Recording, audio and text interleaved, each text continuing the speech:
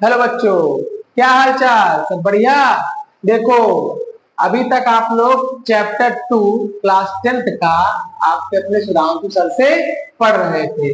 आज आपका चैप्टर 3 की बारी है, जिसपे हम आपको चैप्टर 3 हम पढ़ाएंगे इंट्रोडक्शन। बहुत दिन बाद क्लास 10th वालों से मुलाकात हुई है, तो उसके लिए आज हम लोग चैप्टर 3 डिस्कस करेंगे। इसका इंट्रोडक्शन पार्ट कवर करेंगे। और चैप्टर 3 का नाम क्या है? Pair of linear equation in two variable. ठीक है, तो सबसे पहला प्रश्न यही आता है, क्वेश्चन ये हम लोग पूछ सकते हैं क्या कि what is linear equation? Linear equation क्या है ना?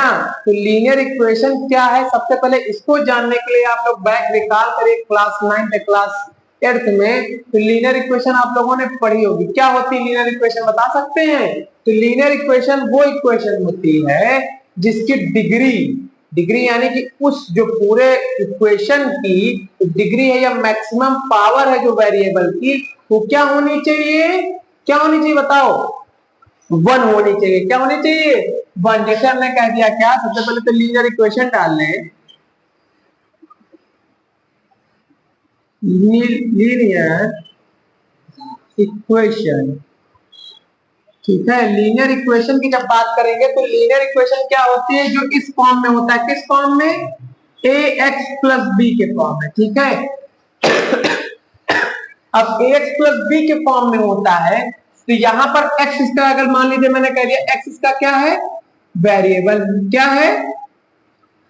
x अगर वेरिएबल है तो इस वेरिएबल की मैक्सिमम पावर कितनी है बता सकते हैं?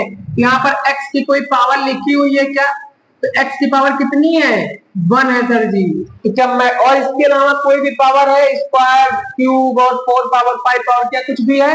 नहीं है। तो इसकी जो मैक्सिमम पावर कितनी है? 1 है। उसी को तो हम लोग डिग्री बोलते थे ना।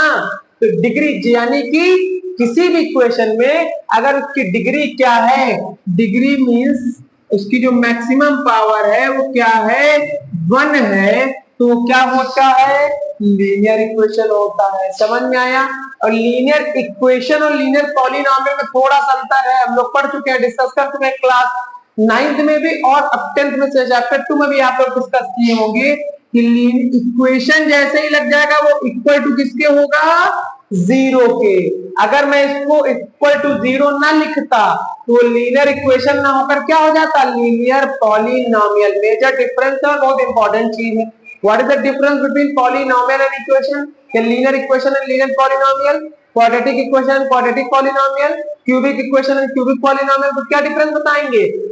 इक्वेशन जो है, equation is equate to 0 and polynomial is not equate to 0 ना। इसको इक्वेट नहीं करा जा सकता है 0 के इक्वल। कब? किसको? पॉलिनॉमियल को। और लीनियर इक्वेशन को इक्वेट किया जाता है किसके? 0 के इक्वल। ये बात आप लोगों को समझनी है। समझ में आया कि नहीं आया? इसलिए इसकी डिग्री 1 है, इक्वेट भी है 0 के। वेरिएबल क्या है? यहाँ पर x है, तो कैसा इक्वेशन बन गया? Linear equation. अच्छा, इसमें वेरिएबल कितने हैं? जो भी वेरिएबल वहां पर आपको मेंशन किया जाएगा, यहाँ पर x और यहाँ a और b तो कांस्टेंट टर्म है। a इसका कोफिशिएंट हो गया, b भी कांस्टेंट हो गया। ठीक है ना?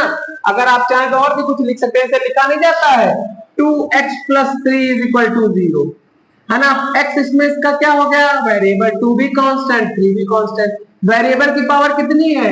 1 है सर जी। तो इसका मतलब क्या होगा? ये लीनियर इक्वेशन होगा। क्लियर? लेकिन वेरिएबल कितने हैं? सिर्फ एक।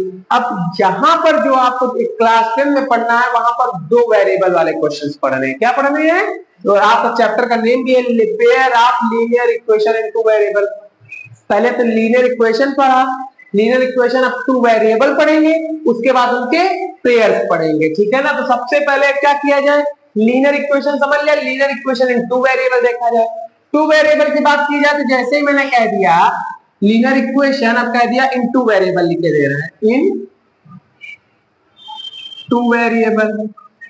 अब जैसे ही 2 वेरिएबल की बात आई, जैसे ही 2 वेरिएबल की बात आई, लिख दे लीनियर इक्वेशन, छोटा सा लिख के दे रहा है इक्वेशन। ठीक है? इन 2 वेरिएबल की जैसे ही बात आ गई तो वहां पर ये ऐसा फॉर्म बनाता है ax plus B Y plus C is equal to 0। Sir जी 0 क्यों लगाया? क्योंकि वो क्या है? इक्वेशन बताना है, ना कि पॉलिनोमियल, ठीक है। तो यानी कि ऐसी इक्वेशन जो ax plus B Y plus C is equal to 0 के फॉर्म में हो, वो क्या होती है, linear equation in two variable. पर यहाँ पर वेरिएबल किसके लेंगे, ठीक है। यहाँ पर क्या हो गया, linear equation in two variable, कोई दिक्कत तो नहीं। यानी कि मुझे एक चीज क्लियर हो गई कि ax प्लस, अच्छा यहाँ पर वेरिएबल क्या है सर जी, x इसका एक वेरिएबल दिख रहा, एक कौन सा दिख रहा, y दिख रहा है। कौन से वेरिएबल, ये दोनों वेरिएबल हो गए, ठीक है, कोई दिक्कत तो नहीं। बाकी a भी कांस्टेंट, b भी कांस्टेंट, c भी कांस्टेंट, यानी x का कोएफिशिएंट जैसे ऐसे लिखते हैं 2x plus 3y plus 7 is equal to क्या, 0। समझ में आया कि नहीं आया। तो यहाँ पर 2x प्लस 3y, 2 क्या कांस्टेंट हो गया, 3 क्या कांस्टेंट हो गया, 7 क्या कांस्टेंट हो गया, और x और y क्या हो गए, वेरिएबल हो गए। क्या हो गए, वेरिएबल हो गए सर जी। तो इसका मतलब है क्या हुआ, linear equation in two variable. Two variable क्यों हुआ, एक x एक वेरिएबल आ गया, एक y वेरिएबल आ गया। इसका मतलब हमने ये चीज सीखी कि यहाँ पर हमने एक फॉर्म, अगर एक वेरिएबल है तो उसका फॉर्म क्या होता था, ax plus B is equal to 0 where x is a variable. Second one, जब टू वेरिएबल की बात करेंगे तो ax plus B Y plus C is equal to 0 where x and y is a variable, ठीक है ना। यहाँ पर x और y वेरिएबल हो जाएंगे। हो सकता कोई जरूरी नहीं तुम लोग को चाह नहीं, तुम लोग कह रहे हो सर जी हम p और q को वेरिएबल लेना चाहते हो तो कुछ भी लिख लो। मान लो तुमने लिखा 2p plus 3q minus 8 is equal to 0, ये भी माइनस में लिख सकते हो, कोई जरूरी नहीं। यहाँ पर p और q वेरिएबल है, ठीक है, समझ में आएगा। तो कोई भी अपने मन से एग्जांपल दे सकते हो, लेकिन x और y में सब कोई पढ़ता है, इसीलिए x और y ज्यादा आसान रहता है, ठीक है। ये तो हो गए लीनियर इक्वेशन और linear equation in two variable की बात। इक्वेशन और पॉलिनोमियल में ये डिफरेंस क्लियर हो गया ना, वो 0 के इक्वल होगा, वो 0 के इक्वल नहीं होता। क्लियर हुआ। तो कभी भी आपको जब इक्वेशन बनानी होगी तो हमेशा उसके आरएचएस में क्या होना चाहिए, 0 होना चाहिए। इवन कभी कभी ऐसे लिखा होता है 2x plus 3y is equal to 7। तो फर्स्टली सबसे पहले इसको इक्वेशन बनाने के लिए 2x प्लस 3y 7 इधर आएगा, क्या हो जाएगा, माइनस का। ये ऐसे करना है तभी वो लीनियर इक्वेशन बनेगी। क्लियर हुआ, समझ में आ गया नहीं आ गया, ठीक है। अब इतना चीज अगर आपको समझ में आ गई है तो आप लोग इसका स्क्रीनशॉट करें, फिर आगे बताता कि कुछ है नहीं इसमें, लेकिन फिर भी कर सकते हैं जो भी करना है ना। अब ठीक है, अब उसके बाद हमारी बात आ गई सोल्यूशन ऑफ इक्वेशन की। इसका हम सोल्यूशन कैसे निकालें, उस सोल्यूशन निकालने के लिए हम क्या करेंगे, चलिए देखते हैं। सोल्यूशन ऑफ, अब सर जी सोल्यूशन क्या चीज आ गई, सोल्यूशन का मतलब हल, उसका हल क्या होगा, कैसे निकलेगा, कौन सा निष्कर्ष निकलेगा, तो वो देखते हैं। सोल्यूशन ऑफ इक्वेशन,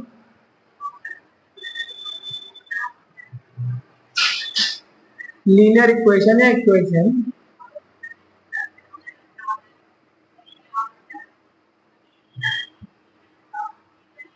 अब सॉल्यूशन ऑफ इक्वेशन की जब बात करेंगे सॉरी सही से लिख दिया जाए इसको। अब सॉल्यूशन ऑफ जब इक्वेशन की बात करेंगे लीनियर इक्वेशन की, तो कैसे करेंगे, जैसे मान लीजिए मैंने कह दिया कि एक इक्वेशन है 2x प्लस 3y है ना, और माइनस 7 इज इक्वल टू 0। क्या है, 2x plus 3y minus 7 is equal to 0। ये लीनियर इक्वेशन है सर जी। क्यों है, क्योंकि यहाँ पर भी डिग्री 1 है, यहाँ पर भी डिग्री 1 है। कितने वेरिएबल है, 2 वेरिएबल है सर जी। कौन कौन से, x और y।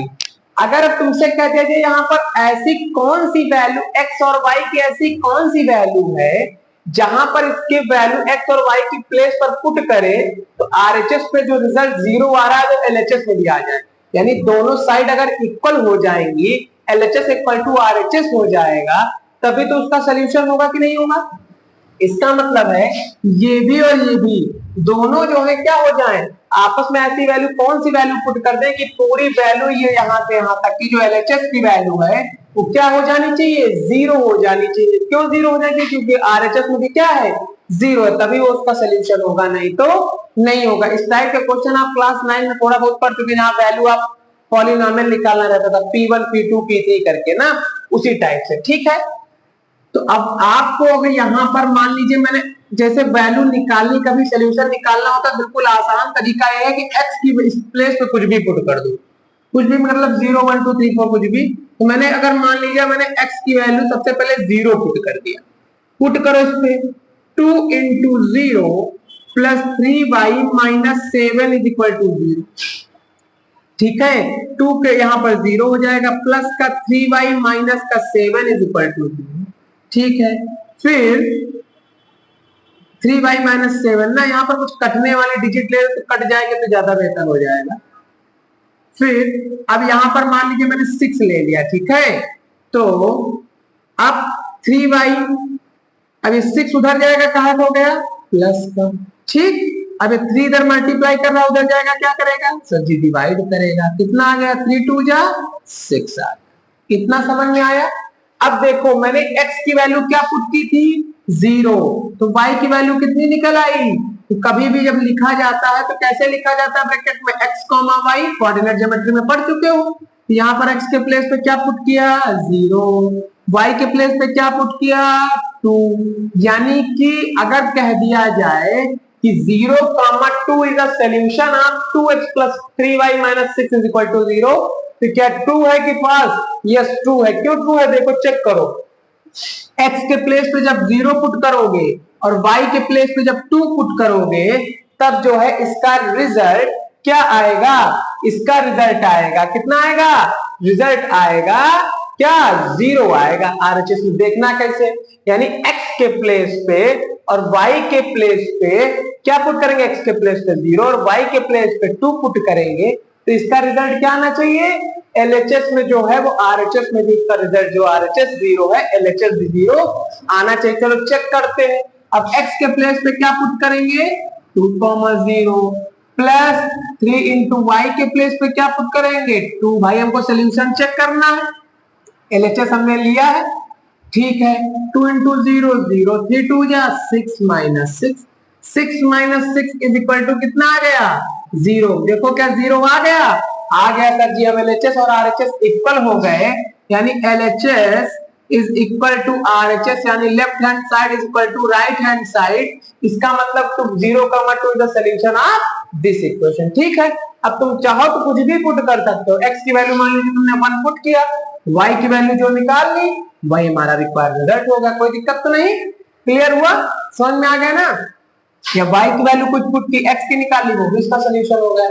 इसी तरीके से डायरेक्ट वहां पे पूछते हैं क्या 0 2 इसका सोल्यूशन है, 1 5 0 2 7 ऐसे कुछ भी मान लो लिखा है उसका सोल्यूशन अगर सोल्यूशन होगा तो जो RHS में 0 है वो LHS में भी उस वैल्यू पुट करने पे 0 आना चाहिए। आ गया तो सोल्यूशन है, नहीं आया तो सोल्यूशन नहीं। क्लियर हुआ? ये आपका हो गया solution of linear equation in two variable. ठीक, कुछ भी आप पुट करिए। मान लीजिए मैंने कह दिया चलिए 1 5 की बात किया, अब मैंने कहा 1 5 इसका सोल्यूशन है कि नहीं, तो चलो चेक करते हैं। x के प्लेस पे क्या पुट करेंगे 1, 2 इंटू 1, y के प्लेस पे क्या पुट करेंगे 5, 3 इंटू 5 माइनस का 6। अब हमको 0 लाना है, क्या आएगा 0, 2 1 जा 2, 5 3 जा 15 माइनस का 6, 15 में 2 ऐड हुआ 17, 17 में 6, अब 17 में 6 माइनस होगा कितना आएगा 11। क्या 11 0 के इक्वल है? नहीं है सर जी। तो 1 5 is not a solution of this equation. ठीक है ना, सॉल्यूशन होगा तो 0 आएगा, नहीं तो नहीं आएगा। क्लियर हुआ? सॉल्यूशन कैसे निकालना है आपको, कि अगर नहीं आपको बताने के 4 सॉल्यूशन बताने के एक्सरसाइज सीखना पड़ेगा। इसके मिनिमम 4 सॉल्यूशन बताइए। x की कुछ वैल्यू पुट किया, y की आ गई, फिर x की वैल्यू बढ़ाते चले गए, y की वैल्यू इसी तरीके से बढ़ती चली जाए, कुछ ना कुछ हो जाए। इसी टाइप से आप इसका ग्राफ भी बनाते हैं, वो एक्सरसाइज में सीखा जाएगा। हालांकि आपको सिलेबस में नहीं है शायद ग्राफिकल मेथड, लेकिन फिर भी अगर होगा तो बताया जाएगा। ठीक है ना, ये हो गई आपकी सिलेक्शन वाली बात। ठीक है, स्क्रीनशॉट करिए। फिर हम लोग आगे चलते हैं और अपने इसके इस इंट्रोडक्शन पार्ट का लास्ट टॉपिक है जो इंपॉर्टेंट टॉपिक इस चैप्टर में यही थोड़ा सा है भी कि इक्वेशन किस टाइप की इक्वेशन होती है। कोइंसिडेंट लाइंस, लाइंस जो है लाइंस की इक्वेशन कैसे होती है, उसके लिए सबसे पहले पेयर कैसे बनाया जाएगा वो। तो पेयर के लिए सबसे पहले क्या करना है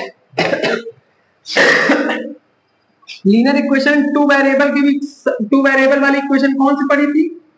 ax plus by plus c is equal to 0। अब इसी में अगर इसके पेयर बनाने हो कि नहीं, अगर दो इक्वेशन बनानी है तो दो इक्वेशन लाइक मैंने कह दिया 2x minus 5y plus 4 is equal to 0, दूसरी बना दी 7x minus 8y plus 6 is equal to 0, ठीक है, या माइनस का 6 इज इक्वल टू 0। ठीक, अब यहां पर अगर कह दिया जाए तो एक इक्वेशन ये हुई, एक इक्वेशन है, पेयर बन गया कि नहीं बन गया? दो पेयर, तो यही पेयर ऑफ लीनियर इक्वेशन है टू वेरिएबल। तो टू वेरिएबल एक्स और वाई वेरिएबल है, कितनी इक्वेशन है? दो इक्वेशन है, पेयर। क्लियर हुआ? ये तो बात हो गई इसकी। अब उसी का जर्नल फॉर्म में कैसे लिखते हैं, कैसे आप इसको डिफाइन करेंगे? तो डिफाइन करने के लिए सबसे पहले क्या है, सबसे पहले है इसका जो जर्नल फॉर्म है होता है, जैसे अब ए है, पहले काउंटिंग नंबर्स में क्या आता है? 1 आता है। a1x plus b1y plus c1 is equal to 0। 1 के बाद क्या आता है? 2 आता है, a2x plus b2y plus c2 is equal to 0। बस यही तो बन गई, पेयर बन गई, नहीं बन गया? ये जनरल फॉर्म है, general form of linear equation is pair of linear equation is two variable. ठीक है, a1x प्लस, अब तुम्हारा मन कुछ भी लिख सकते हो, लेकिन याद करने के लिए, समझने के लिए, क्या a1x plus b1y plus c1 is equal to 0, a2x plus b2y plus c2 is equal to 0। इसी में तीन कंडीशंस हैं। कंडीशन पहली कौन सी है? इंटरसेक्टिंग लाइन की। दूसरी कौन सी है? पैरेलल लाइन की। तीसरी कौन सी है? कोइंसिडेंट लाइन की। तो सबसे पहले हम अगर सीखेंगे, तो अगर पहली चीज सीखे क्या? Intersecting line. कौन सी लाइन? Intersecting line.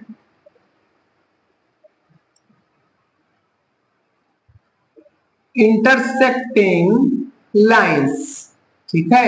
अब इंटरसेक्टिंग लाइंस की जो कंडीशन होती है, कंडीशन पहले सीखो कि अगर तुमको कोई भी दो इक्वेशन अब एक्सरसाइज में दे दी जाएंगी, ऐसे 2x plus something minus 7 is equal to 0, 8x plus 9y minus 8 या प्लस का 8 इज इक्वल टू 0। अब आप इन दोनों को देखकर बताएं कि कैसी लाइन है, इंटरसेक्टिंग है, विदाउट ग्राफ बनाए बगैर। ग्राफिकली नहीं बताना है, डायरेक्ट बताना है अलजेब्रिकली कि कैसे आप ये लीनियर इक्वेशन किस टाइप की है, इंटरसेक्टिंग है कि कोइंसिडेंट है कि पैरेलल है। तो उसकी कंडीशन होती है, कंडीशन क्या होती है? कंडीशन है पहली, इसकी कंडीशन है a1 अपॉन a2। अगर इस टू टाइप की कंडीशन मैंने बताई, टू टाइप की, और a1 अपॉन a2 अगर किसके इक्वल ना है? b1 अपॉन b2 के, तो किसकी कंडीशन हो जाएगी? इंटरसेक्टिंग लाइन की। किसकी कंडीशन? इंटरसेक्टिंग लाइन की। इंटरसेक्टिंग लाइन की कंडीशन क्या हो जाएगी कि a1 अपॉन a2 किसके इक्वल नहीं आना चाहिए? b1 upon a1। a1 upon a2 sir जी क्या है ये? देखो पहली इक्वेशन है, इसको किससे कंपेयर करना है? a1x plus b1y plus c1 is equal to 0। तो यहाँ पर a1, यहाँ पर x का कोफिशिएंट क्या है? a1। यहाँ पर x का कोफिशिएंट क्या है? 2। यानी a1 को कंपेयर किया तो a1 के प्लेस पे कितना आया सर जी? 2 आया। y का कोफिशिएंट पहली इक्वेशन में क्या है? b1 है। यहाँ पर क्या है? 3 है। b1 के प्लेस पे सर जी क्या आया? 3 आया। c1 के प्लेस पे क्या है? देखो c1 यहाँ पर साइन का सबसे पहले ध्यान देना है, c1 यहाँ पर कैसा है? प्लस का, लेकिन यहाँ पर कैसा लिखा हुआ? माइनस। तो यानी कि c1 इज इक्वल टू क्या आ जाएगा? माइनस का 7। ठीक है भैया। अब यहाँ पर दूसरी इक्वेशन में क्या है? a2x है, यहाँ पर क्या है? 8 है। तो a2 के प्लेस पे कितना आ गया सर जी? 8 आ गया। b2 के प्लेस पे सर जी कितना आ गया? 9 आ गया। c2 के प्लेस पे कितना आ गया? 8 आ गया। ठीक, अब यहाँ पर कंडीशन दिखानी है, a1 अपॉन a2 हमको निकालना है। a1 अपॉन a2 कितना आएगा? 2 अपॉन 8, यानी 2 1 जा 2 2 4 जा 8। आंसर कितना आया? 1 अपॉन 4। b1 अपॉन b2 जब निकालेंगे, b1 अपॉन b2, b1 के प्लेस पे कितना है? 3, नीचे b2 के प्लेस पे कितना है? 9। 3 1 जा 3, 3 3 जा 9, 1 अपॉन 3 हो गया। चलो c1 अपॉन c2 भी इसी टाइम पे निकाल लें, हालांकि आगे चेक ही नहीं करना है। चलो चेक नहीं करना, अगला एग्जांपल बताएंगे तब दिखाएंगे। ठीक, तो अब यहाँ पर a1 अपॉन a2 1 अपॉन 4 आया, B1 अपॉन B2 1/3 आया। क्या दोनों इक्वल है? नहीं है सर जी, तो मतलब ये इक्वल नहीं है, तो B1 अपॉन B2 क्या दोनों के अनइक्वल आ गया? अनइक्वल आ गया तो कंडीशन कैसी? इंटरसेक्टिंग लाइन की। ठीक है, यही कंडीशन फॉलो कर जाएगा तो कैसी लाइन हो जाएंगी? Intersecting line. समझ में आया?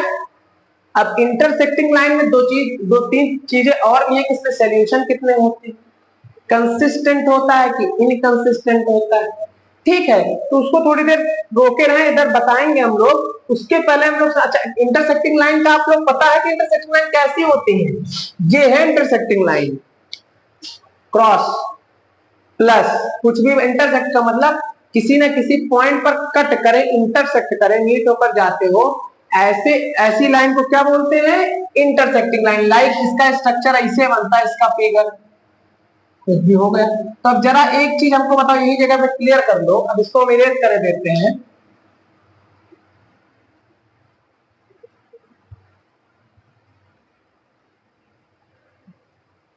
अब जरा बताओ, ये मान लीजिए मैंने इंटरसेक्टिंग लाइन बना दी, ये मान लीजिए एक्स एक्सिस हो गया, ये मान लीजिए वाई एक्सिस हो गया।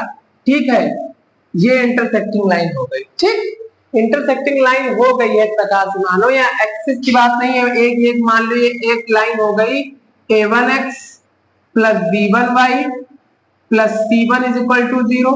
ये दूसरी वाली हो गई a2x plus b2y plus c2 is equal to 0। कोई जरूरी नहीं कि सीधा सीधा बनाओ, इसे भी बना सकते हो। कुछ भी इंटरसेक्ट मतलब कहीं ना कहीं एक पॉइंट पर इंटरसेक्ट हो रहा।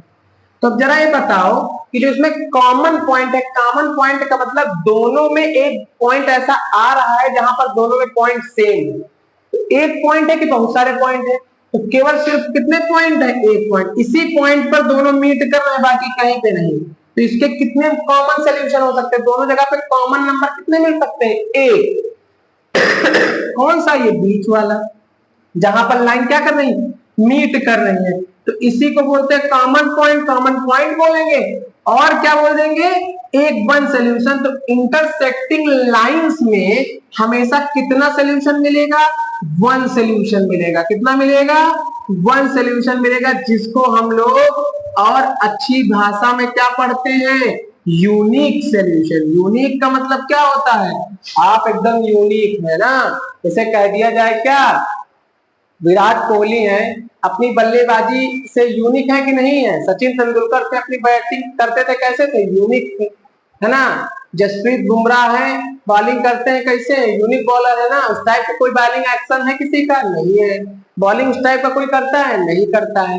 या कोई भी एग्जाम्पल ले लो, ठीक है, आप अपनी क्लास में मान लीजिए यूनिक होंगे एक प्रकार से। मानो हो सकता है आपसे पढ़ने में कोई तेज ना हो, या हो सकता है आपसे पढ़ने में बहुत सारे लोग तेज हो, या हो सकता है आपकी तरह कोई गाना ना गाता हो, है ना। ये हो सकता है आपकी तरह जो है कोई डांस ना करता हो, या और भी जो राइटिंग ना अच्छी करती हो, डिजाइन ना अच्छा कर पाता हो।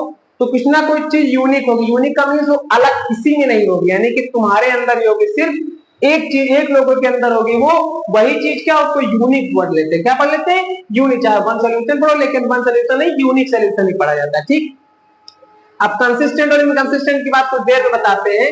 ये हो गई आपकी कौन सी बात? इंटरसेक्टिंग की। अब दूसरी बात अगर आ गई आपकी, तो पहले कोइंसिडेंट पढ़ लो, उसके बाद पढ़ना पैरेलल। Coincident lines. अब कोइंसिडेंट लाइन की कंडीशन क्या होती है? A1 upon A2 is equal to B1 upon B2 is equal to C1 upon C2। अब देखो कोइंसिडेंट लाइन कौन सी टाइप की लाइन होती है? कोइंसिडेंट लाइंस होती है, मार्कर है। अब इसी मार्कर के ऊपर सेम कंपनी का सेम मार्कर अगर मान लीजिए आ गया ये, और उसी के ऊपर सेम लगा दिया गया इससे, तो क्या आप इस दोनों के बीच में कोई भी डिफरेंस बता पाएंगे कि नहीं सर जी ये बड़ा है ये छोटा है? नहीं सर जी ये ज्यादा सफेद है कम सफेद है, तो बात दूसरी हो गई ना। अगर दोनों नए मार्कर हैं, ज्यूम करिए, और सेम कंपनी के हैं, सब कुछ सेम है, या नटराज की मान लीजिए दो पेंसिल आपने ले ली सेम चीज, या कोई पेन ले लिया सेम, उसी जगह पे एग्जांपल रख के देखो, तो क्या उसमें कोई डिफरेंस बता पाओगे? नहीं बता पाओगे। बस इतना डिफरेंस हो जाएगा कि सर यहाँ पर कितनी पेंसिल्स है, 2 या कितने मार्कर है, 2, उसी के ऊपर है ना। तो कभी भी कोइंसिडेंट लाइन बस यही कोइंसिडेंट लाइन है। कोइंसिडेंट लाइन मींस ये अगर लाइन है इसी के ऊपर दूसरी भी लाइन आ गई, सेम पूरी लाइन सेम हो गई, तो आप इसमें बता पाएंगे क्या ऊपर वाली कौन सी नीचे वाली कौन सी। हमने ड्रा किया तो ठीक है, अभी अगर आपको कह दे नहीं आंखें बंद करो फिर कर दे, तो कैसे बता पाओ। हो सकता पेन को मैं अगर कर दे ब्लू मार्कर कर दूं, ब्लैक मार्कर कर दूं, तब फिर भी बता सकते हो थोड़ा बहुत, ये तो ऐसा नहीं बता सकते हो, है ना। तो इसका मतलब इसका डिफरेंस नहीं बता सकते। ये कोइंसिडेंट लाइन मतलब इसका मतलब आप लोग एक चीज सीखिए, अगर ये पहली लाइन ये हुई, इसी के ऊपर ये दूसरी लाइन, तो पहली लाइन में देखो यहाँ एक लाइन पर बहुत सारे सोल्यूशन होते हैं, तो आप लोगों को पता ही है, इनफिनाइट मेनी सोल्यूशन 1 2 3 बहुत सारे होते हैं। अब उसी लाइन के ऊपर अगर पेयर लगा दिया गया, दूसरी लाइन बना दी गई ऐसे, यहाँ पर कितने सारे सोल्यूशन बनते बनते बनते बनते चले जा रहे हैं, 1 2 3 4 5 6 7 8 9 कितने हैं, इनफिनाइट। कितने हैं, इनफिनाइट, क्योंकि दोनों के सोल्यूशन सेम है कि डिफरेंस डिफरेंट है, सेम है सर जी। क्यों सेम है, क्योंकि सेम है मार्कर है सर जी, सेम है चीज सब कुछ है। तो यहाँ पर अगर इसमें सोल्यूशन मिलेगा, यहाँ पर मिलेगा, यहाँ पर मिलेगा, सब जगह मिलता मिलता चला जाएगा। यहाँ पर भी उसमें वही मिलेगा मिलेगा, कितने मिलेंगे, इनफिनाइट मेनी सोल्यूशन, चाहे जितने सोल्यूशन निकालिए आप एक लाइन पर। तो इसका मतलब कोइंसिडेंट लाइंस में, अब कोइंसिडेंट लाइंस का फिगर मैंने बता दिया ना कैसे होता है, ऐसे इसी के ऊपर अगर मैं देखो दूसरा मार्कर, एक मिनट रुको वेट करो, रेड मार्कर है, अगर रेड मार्कर से हो पाए, नहीं है रेड, है हम सोचे रेड है लेकिन फिर भी थोड़ा सा, चलो इसको मैं इतना ब्रेक कर दूंगा, थोड़ा छोड़ दूंगा तो ठीक रहेगा, ठीक है ना, हालांकि सेम है, ठीक। तो ये क्या हो गई, कोइंसिडेंट। मान लीजिए ये मैंने कह दिया क्या, a1x plus b1y plus c1 is equal to 0, इस वाले को कह दिया a2x plus b2y plus c2 is equal to 0, ठीक है। तो ये क्या हो गए, ये हो गई कोइंसिडेंट लाइन। तो इसमें कितने सोल्यूशन आप लोगों ने पाए, कितने सोल्यूशन पाए सर जी, इनफिनाइट मेनी सोल्यूशन, क्योंकि एक लाइन पर इनफिनाइट सोल्यूशन होते हैं और यहाँ पर तो दो दो लाइन सेम है, कितने सोल्यूशन हो जाएंगे, इनफिनाइट मेनी सोल्यूशन। समझ में आया कि नहीं आया, कोई दिक्कत तो नहीं, क्लियर है। अच्छा, अब इसकी तीसरी और अंतिम बात कौन सी आ गई, तीसरी आ गई पैरेलल लाइंस की, नाम आप लोग ने सुना होगा, पैरेलल लाइंस। अब पैरेलल लाइंस की कंडीशन क्या है, पैरेलल लाइन की कंडीशन है, पैरेलल लाइन की कंडीशन है आपकी a1 upon a2 is equal to b1 upon b2 does not equal to c1 upon c2।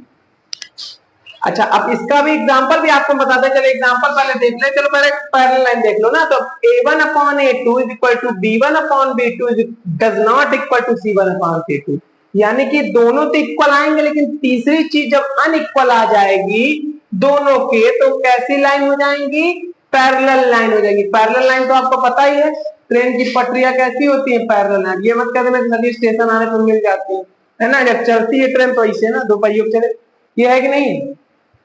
अब बताओ इसमें कहीं भी दोनों मार्कर आपस में मिल रहे हैं, दिख रहा है मिल रहे हैं, नहीं सर जी नहीं मिल रहे हैं। अब उसके बाद मान लीजिए मिल कहीं नहीं रहे, तो क्या इसमें कोई कॉमन पॉइंट मिलेगा, नहीं मिलेगा सर जी। जब कॉमन पॉइंट नहीं मिलेगा तो क्या कोई सोल्यूशन मिलेगा, ये भी नहीं मिलेगा सर जी। जब कॉमन पॉइंट ही नहीं मिलेगा तो सोल्यूशन किस टाइप का, यानी कि मान लीजिए मैंने ये दो लाइन बनाई, ये दो लाइन में कोई कॉमन पॉइंट मिला, नहीं मिला, तो जब कोई सोल्यूशन नहीं मिलता तो उसको क्या बोलेंगे, नो सोल्यूशन। क्या बोलेंगे, नो सोल्यूशन। तो यहाँ पर एक पैरेलल लाइन बन गई, तो पहली वाली मान लीजिए बन गई a1x plus b1y plus c1 is equal to 0, नीचे वाली बन गई a2x plus b2y plus c2 is equal to 0। यहाँ पर क्या हो गया, ये नो सोल्यूशन, क्या हो गया, नो सोल्यूशन, यानी कि ऐसी लाइन जिसमें कोई भी कॉमन सोल्यूशन नहीं मिलेगा। इसका अलग सोल्यूशन मिलेगा, इसका अलग, लेकिन दोनों में जो कॉमन सोल्यूशन की बात है वो कॉमन सोल्यूशन नहीं मिलेगी। इसमें कॉमन कितने सोल्यूशन मिलेंगे? वन, जिसको क्या बोलते हैं? यूनिक। इसमें कितने कॉमन सोल्यूशन मिलेंगे? इनफाइनाइट मेनी सोल्यूशन, बहुत सारे, है ना। इसका कोई अंतर ना हो, इतने सोल्यूशन मिलेंगे, और इसमें कोई भी कॉमन सोल्यूशन नहीं मिलेगा। तीन चीजें आ गई समझ में। अब उसके बाद सर जी एग्जाम्पल की भी आपने बात की, हाँ की थी। अब एग्जाम्पल की बात समझ लो, तो यहाँ पर अगर जैसे मान लीजिए कोइंसिडेंट लाइन का एग्जाम्पल है, तो जैसे मैंने कहा 3x plus 6y minus 8 is equal to 0।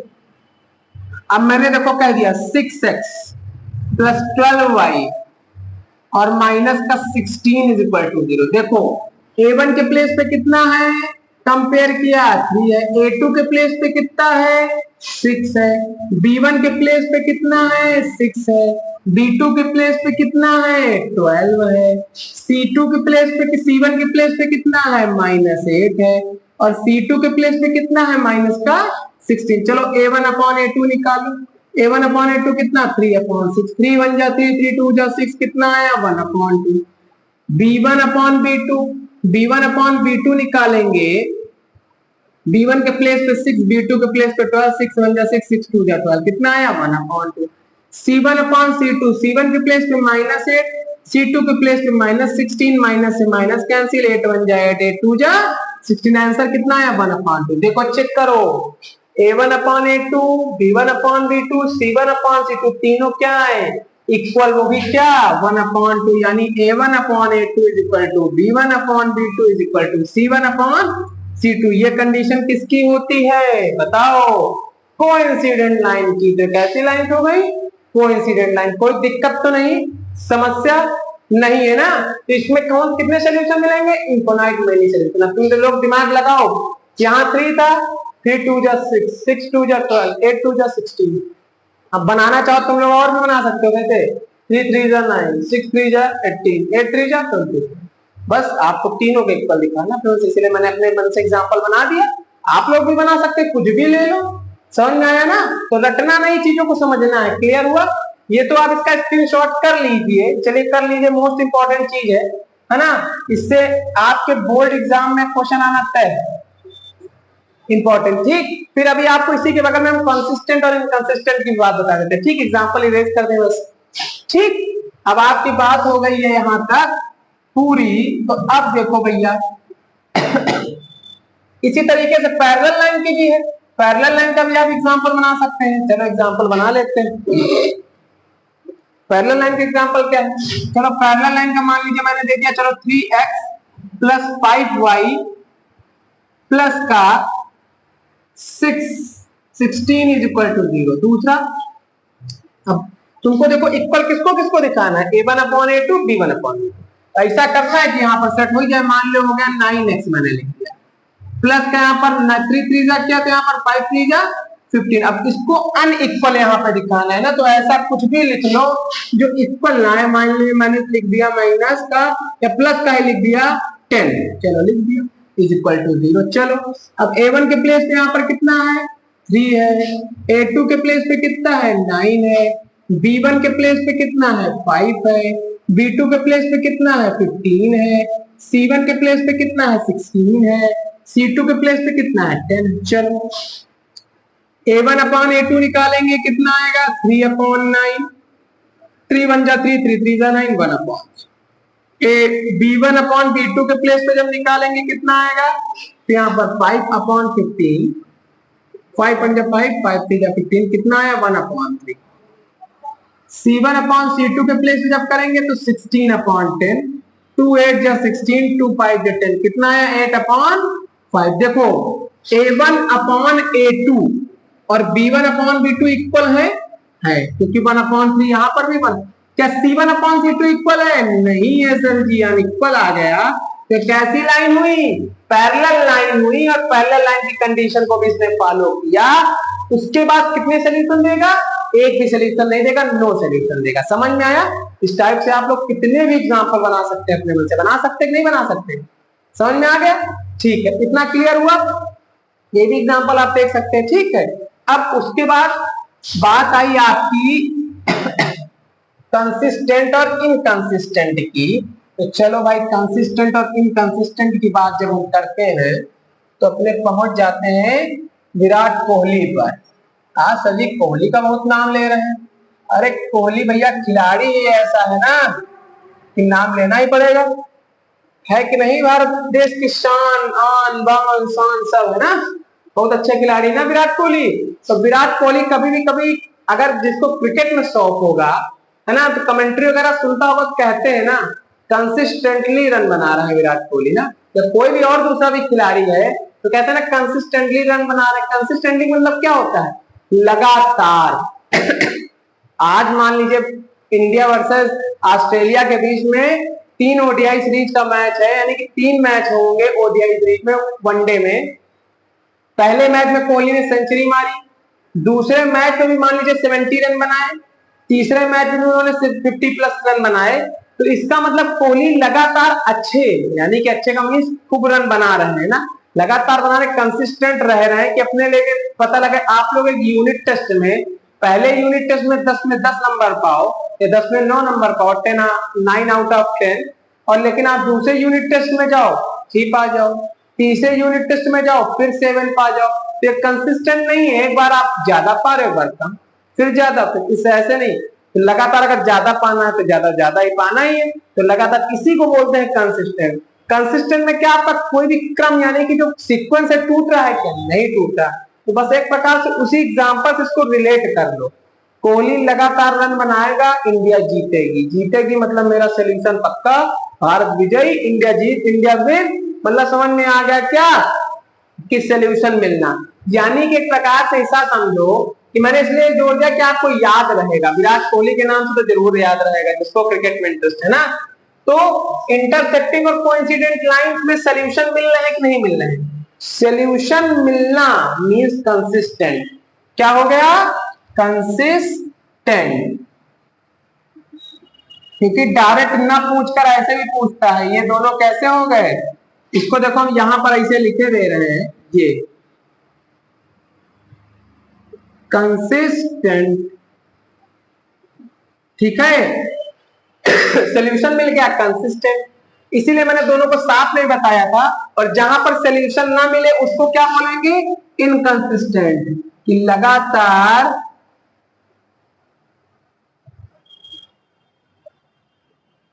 कोई भी खिलाड़ी है, खिलाड़ी का नाम नहीं लेंगे, आप लोग समझ गए होंगे, बहुत सारे खिलाड़ी इंडिया में, पड़ोसी देश में है ना। तो उसके खिलाड़ी लगातार 0 रन बना रहे हैं, तो कैसे हो गए? इनकंसिस्टेंट। कैसे हो गए?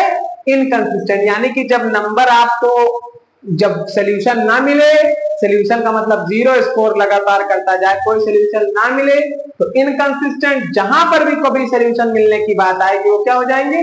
कंसिस्टेंट। आप समझ में आ गए, चाहे ऐसे क्लियर कर लो कि सोल्यूशन किसमें किसमें मिलते हैं? इंटरसेक्टिंग, कोइंसिडेंट में। दोनों में क्या हो गया? कंसिस्टेंट। केवल अकेला पैरेलल लाइन एक ऐसी चीज है वहां पर क्या है, कोई सोल्यूशन नहीं मिलता तो क्या हो जाएगा? इनकंसिस्टेंट। समझ में आया कि नहीं? एक प्रकार से समझो, इंडिया है, पाकिस्तान है, बीच में बॉर्डर बन रहा है, नहीं बन रहा? बॉर्डर है बीच में, तो ये क्या है, इंडिया पाकिस्तान में क्या कोई सोल्यूशन मिलेगा? कभी सोल्यूशन नहीं मिलेगा। इनकंसिस्टेंट, बाकी सब कंसिस्टेंट। समझ में आया? कोई भी याद करने के तरीके से आप याद कर सकते हैं। 3 चीजें इसमें आती हैं। पहले तो आपको चेक करने के लिए आएगा कैसी लाइंस है, इंटरसेक्टिंग, कोइंसिडेंट, पैरेलल लाइन। लेकिन एग्जामिनर घुमाने के लिए कह देता है आप लोग को कि हाउ मेनी सॉल्यूशंस, ये ना पूछ के, क्योंकि आपको ये याद रहता, सोल्यूशन नहीं याद रहता, तो बच्चे सोल्यूशन भी तैयार करने लगे। कैसे? Unique solution, infinite many solution और नो सोल्यूशन। लेकिन फिर एग्जामिनर ने लगाया आगे दिमाग कि नहीं, अभी भी बच्चों को अगर थोड़ा सा घुमाना है, कंफ्यूज करना है, तो कैसे कंफ्यूज करेंगे कि कंसिस्टेंट और इनकंसिस्टेंट पूछ लो। तो कंसिस्टेंट क्या होगा? कंसिस्टेंट ये होगा कि जिसमें सोल्यूशन मिले, और इनकंसिस्टेंट जिसमें सोल्यूशन नहीं मिलेगा। इसका स्क्रीनशॉट आप लोग ले लीजिए। तो इसमें थोड़ा सा आपको बेसिक हम बता देंगे, सब्स्टिट्यूशन और एलिमिनेशन मेथड। हालांकि वो आपको जब पढ़ाते तभी होता, लेकिन वो बता दे फिर आपका इंट्रोडक्शन खत्म, है ना। तो उसके बाद फिर एक्सरसाइज की बारी आएगी। ठीक, ठीक है भैया। तो अब हमारी बारी आ गई किसकी? सब्स्टिट्यूशन मेथड, एलिमिनेशन मेथड और तीसरा मेथड और भी है क्रॉस मल्टीप्लिकेशन मेथड। लेकिन क्रॉस मल्टीप्लिकेशन मेथड आपके सिलेबस से डिलीटेड है पिछले 2 सालों से, इसलिए वो नहीं पढ़ना है हम लोगों को। पढ़ने हैं 2 मेथड, एक एलिमिनेशन, दूसरा सब्स्टिट्यूशन। अब ये एक सर जी क्या है, तो किसी भी इक्वेशन, लीनियर इक्वेशन का 2 वेरिएबल्स के 2 pair of linear equation in 2 variables से हमको सब्स्टिट्यूशन मेथड से उनकी वैल्यू निकालनी है। जैसे अभी तुमको सब्स्टिट्यूशन मेथड से अगर आपको क्या निकालना है, आपको निकालना है क्या, इसका आंसर, वो सोल्यूशन निकालने हैं। तो अभी कुछ देर पहले मैंने बताया था 2x + 3y - 7 = 0। अगर दूसरी मान लीजिए कोई वैल्यू आ गई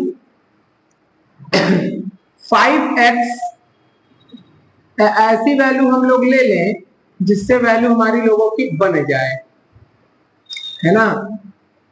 तो छोटी कोई क्वेश्चन लेते हैं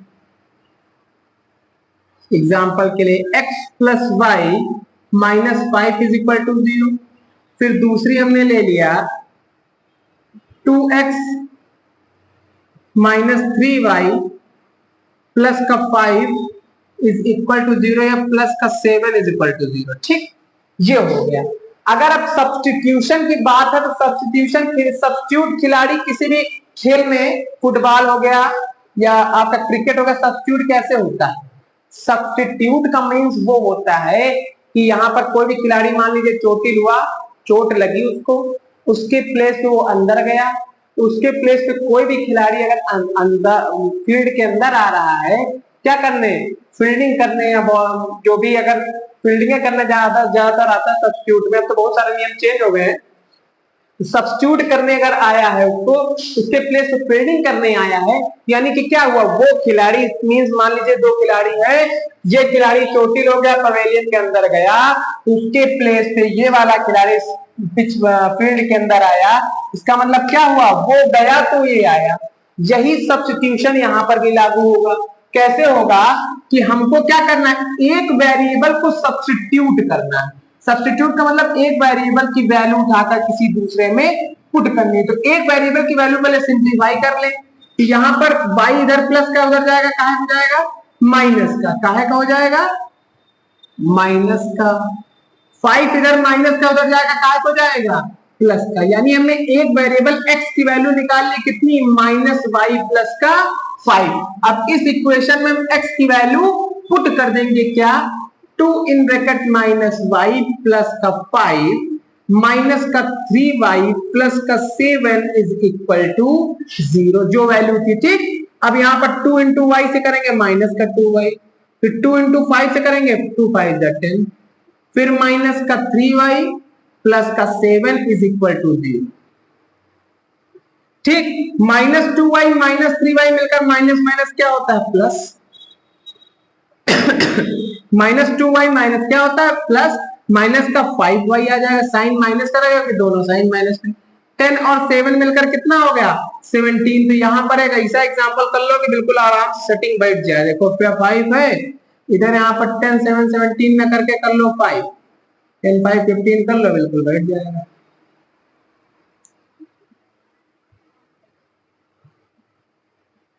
ठीक, अब देखो 10 और 5 मिलकर कितना हो गया, 15 हो गया। सर जी समझ में आया कि नहीं आया? हाँ सर जी आ गया, बिल्कुल समझ में आ गया। ठीक, क्लियर हुआ।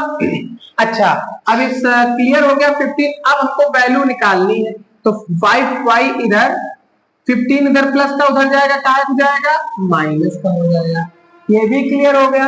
y के साथ 5 यहाँ पर क्या कर रहा है, मल्टीप्लाई कर रहा, उधर जाएगा क्या करेगा, डिवाइड करेगा, माइनस का 5, माइनस से माइनस कैंसिल, 5 3 जा 15, यानी y की वैल्यू आपने क्या निकाल लिया, 3 निकाल लिया। सर जी समझ में आया? जो वैल्यू मैंने y की निकाली किसी भी इक्वेशन में, चाहे इसमें चाहे इसमें, जो हमने वैल्यू निकाली इसमें पुट कर लोगे तो सबसे बेहतर है, इसमें हम पुट कर लेंगे। तो x = माइनस y के प्लेस पे कितना, 3 प्लस का 5, x = 5 में 3 गया, कितना बचा, 2।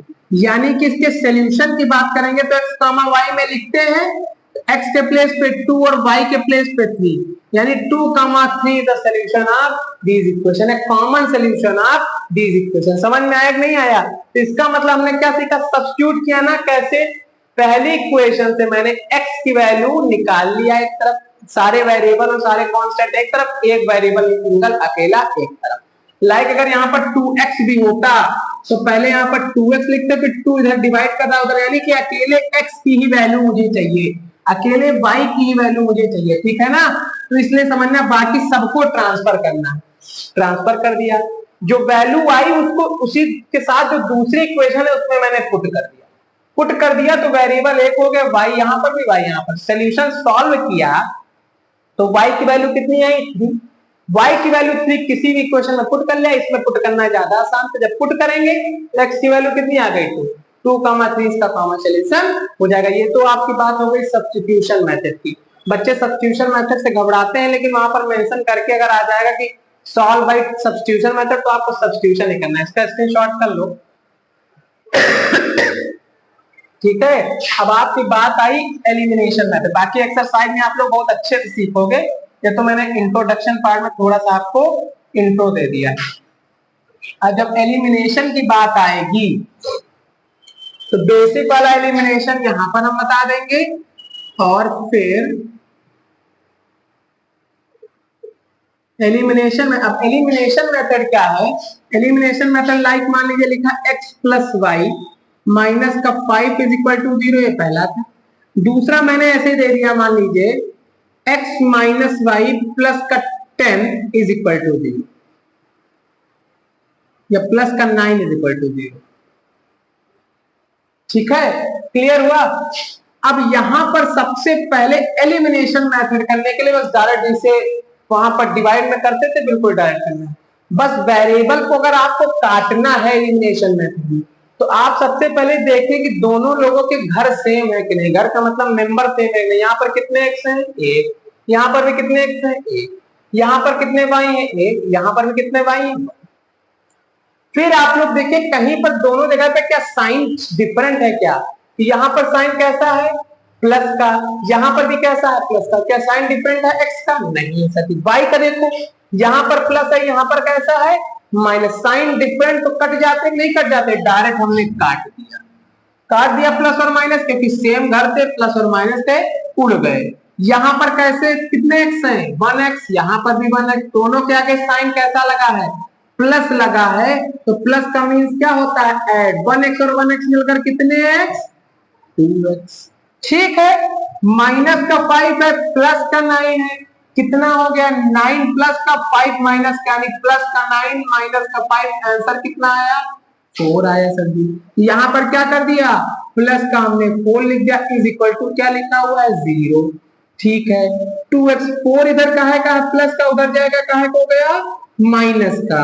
तो x is equal to -4 upon 2। 2 क्यों, इधर ये मल्टीप्लाई करना, उधर जाएगा डिवाइड करेगा, 2 2 जा 4, x की वैल्यू कितनी आ गई, -2। अब सेम प्रोसेस जो आपने उसमें किया है सब्स्टिट्यूशन में, अब आगे वही करना। x की वैल्यू किसी एक इक्वेशन में उठा के पुट कर दो, y की वैल्यू निकल आएगी। चलिए पहले इक्वेशन में अगर हम पुट कर लेते हैं, तो x plus y minus 5 is equal to 0, तो x के प्लेस पे -2 प्लस का y माइनस का 5 is equal to 0, minus minus plus, पहले तो y का लिख लेंगे, 5 -2 और -5 मिलकर कितना हो जाएगा, माइनस का 7। माइनस साइन क्यों रहेगा, क्योंकि 5 बड़ा है, 5 क्या के साइन कैसा है, माइनस। ये -7 उधर जाएगा, क्या हो जाएगा, प्लस का 7। तो इसका सोल्यूशन निकालने की बात आई तो 2,7 is the solution of, common solution of this equation. Clear हुआ, कोई दिक्कत तो नहीं, समझ में आ गया नहीं आ गया? तो अब देखो यहां पर क्लियर हो गया, ठीक, इतना समझ में आया।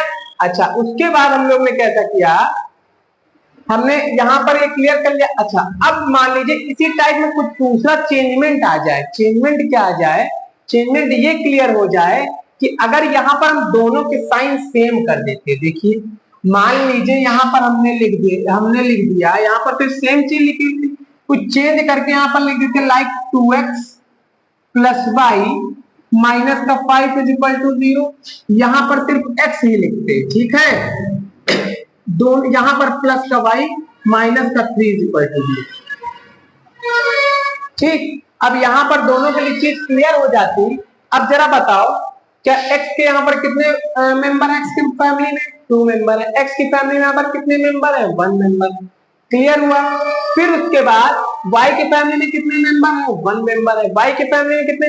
यहाँ पर तो फैमिली मेंबर है सेम, नहीं तो फैमिली मेंबर भी सेम करना है। ठीक है, अच्छा, और उसके बाद यहाँ पर y की फैमिली में दोनों में सेम मेंबर है कि नहीं मेंबर? ठीक, क्लियर। अच्छा, मेंबर सेम है लेकिन यहाँ पर साइन कैसा है? प्लस। यहाँ पर साइन कैसा है? मतलब है दोनों में साइन प्लस है, लेकिन सर जी आपने तो बताया कटेगा कैसे? माइनस वाला कटेगा। तो कैसे कटेगा? एक प्लस और एक माइनस। तो अपने मन से साइन को चेंज करेंगे, नीचे वाली जो लिखेंगे उसको चेंज देखेंगे। यहाँ पर कैसा साइन है? प्लस, तो अपने मन से साइन क्या हो जाएगा? उल्टा कर देंगे। प्लस का उल्टा क्या? माइनस। यहाँ पर साइन कैसा है? प्लस, तो कैसा करेंगे? माइनस। यहाँ पर माइनस है तो कैसा करेंगे? प्लस। डिवाइड में आप लोग क्लास 9 में पढ़ चुके हो। अब यहाँ पर इसको समझ जाओ, प्लस को भूल जाओ, इस माइनस को भूल जाओ, इसका जो नीचे साइन है वही साइन हो गया। एक बार प्लस का वाई, एक बार माइनस का वाई कैंसिल। प्लस का 2x माइनस का x, ठीक है, तो प्लस का 2x माइनस का x बचा। फिर क्या बचा? माइनस का 5 बचा और प्लस का क्या बचा? 3 बचा, इज इक्वल टू कितना? 0। 2x में x जाएगा, कितना बचेगा? x, वो भी प्लस का क्योंकि 2 बड़ा है। -3 प्लस का -5 प्लस का 3 रिजल्ट कितना आया? -2 आया, क्योंकि माइनस प्लस माइनस होता है, इज इक्वल टू 0। 2 उधर गया, क्या हो गया? प्लस। क्लियर हुआ? देखो बच्चों, यहाँ पर x की वैल्यू यहाँ पर कितनी थी? -2, यहाँ पर -2 होगा ना। अच्छा, अब उसके बाद क्या है? x की वैल्यू यहाँ पर 2 आ गई। अच्छा, उसके बाद क्या हुआ? अब यही सेम वैल्यू किसी न किसी के क्वेश्चन में पुट कर दे, जो आसान लगे उसमें पुट कर ली जाती है। हमने यहाँ पर सेकंड वाली आसान है, सेकंड वाली में हमने पुट कर लिया। x की वैल्यू यहाँ पर 2 पुट किया, y -3 इज इक्वल टू 0। 2 में 3 गया, कितना बचा? जाएगा नहीं। 3 में 2 तो जाएगा, कितना बचेगा? 1। साइन काहेगा रहेगा? माइनस का, क्यों? क्योंकि 3 बड़ा है, इज इक्वल टू 0। y उधर, यहाँ पर 1 उधर जाएगा, प्लस का। इसका सोल्यूशन निकालने की बात है तो 2, 1 इसका सोल्यूशन हो गया। समझ में आया? इसी टाइप से कोई जरूरी नहीं कि y को जो आसान लगे उसको काटो। यहाँ पर अगर x कटने वाला तो x काट देते आप, ठीक है, कोई दिक्कत वाली बात नहीं। इसी में इसका तीसरा टाइप आता है। तीसरा टाइप आता है इसको जो बैलेंस करना है। लाइक अगर यहाँ पर भी मान लीजिए 3y हो जाता, 2x plus y -5 is equal to 0, और यहाँ पर x प्लस का 3y -8 इज इक्वल टू 0, या प्लस का 8 इज इक्वल टू 0। तो इसको कैसे करेंगे? तो इसको बैलेंस करना है। इसकी फैमिली में 2 मेंबर है, इसकी फैमिली में ऐसा क्या कर दे कि 2 मेंबर हो जाए। तो इस पूरी इक्वेशन, अगर x को बैलेंस करना है, अगर y को बैलेंस करना है, तो इसकी फैमिली में 3 मेंबर है, इसकी फैमिली को ऐसा क्या कर दे कि 3 मेंबर हो जाए। अगर इसकी फैमिली में मेंबर में 2 बढ़ाने हैं, x को बैलेंस करना है, तो किससे मल्टीप्लाई होगा? 2 से। तो मल्टीप्लाई करेंगे, कितना हो जाएगा? 2x, फिर 2 3 जा 6y, फिर 2 8 जा 16। फिर इसको सॉल्व करेंगे वैसे ही जैसे यहाँ पर करके आए, ठीक। अगर मान लीजिए ऊपर वाले को बैलेंस करना होता तो ऊपर वाले में किससे मल्टीप्लाई करते? 3 से, क्योंकि y को बैलेंस करना था। 3 2 जा कितना हो गया? 6x, 3y, फिर 3 5 जा 15 इज इक्वल टू 0। देखो यहाँ पर भी 3y, यहाँ पर भी 3y, तो इसको सॉल्व कर सकते थे, इससे हो जाता, ठीक है। तो तब हम आप लोगों को अच्छे से समझाएंगे, अभी नहीं तो कंफ्यूज हो जाओगे, बहुत सारा डीप भी हो जाएगा। नहीं सर जी, बहुत एलिमिनेशन मेथड में क्या बता दिए हैं, जब आपके एक्सरसाइज में पढ़ाएंगे बिल्कुल आसान है। सब्स्टिट्यूशन मेथड, एलिमिनेशन मेथड ही मोस्ट इंपॉर्टेंट है, क्योंकि एक क्वेश्चन उससे आना तय है। 2 में से एक ना एक मेथड आएगा जरूर और पूछा जाएगा। तो ये एक्सरसाइज से कुछ नहीं तो 3 से 4 नंबर, और हो सकता है ज्यादा 5 नंबर का भी आपके एग्जाम में आए। तो इसके लिए आपको घबराना नहीं है, बिल्कुल आसान। और सबसे आसान मेथड आपको भी एलिमिनेशन लगेगा। इसमें 3 टाइप जरूर है, ये सबसे आसान आपको एलिमिनेशन लगेगा, फिर आप लोग एलिमिनेशन से लगाएंगे।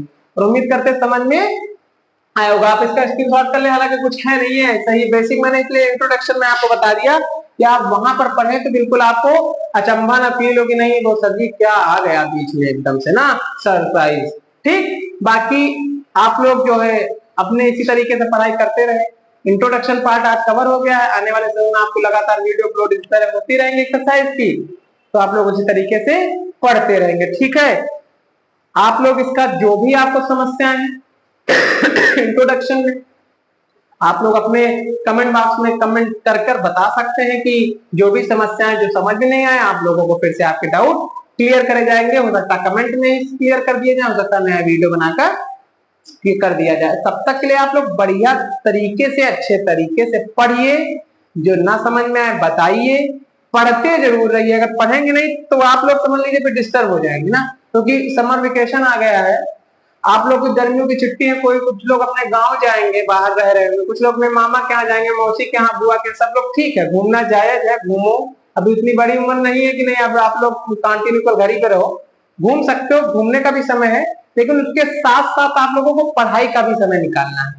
अगर आप कंटिन्यू पढ़ने से अगर आप लोग अपना छोड़ देंगे बीच में, तो कंटिन्यूटी टूटी तो आपका मोमेंटम टूट जाएगा, तो पूरी जुलाई आपको कवर करने में लग जाएगा।